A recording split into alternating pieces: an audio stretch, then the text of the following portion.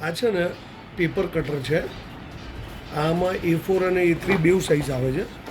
Actually paper cutter એટલે લોકો એવું સમજે ને કે પેપર બહુ બધા કટિંગ થાય, પણ એવું નથી હોતું. આ પેપર ટ્રીમર છે.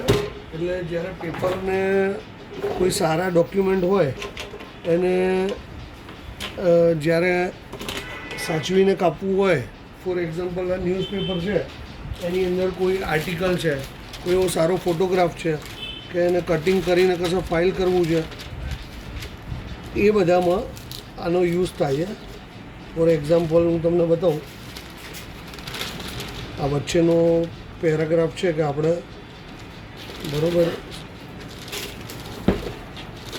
આ રીતે એની બ્લેડ ઊંચી થાય.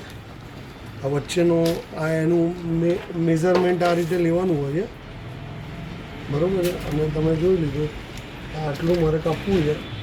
પછી આ બ્લેડ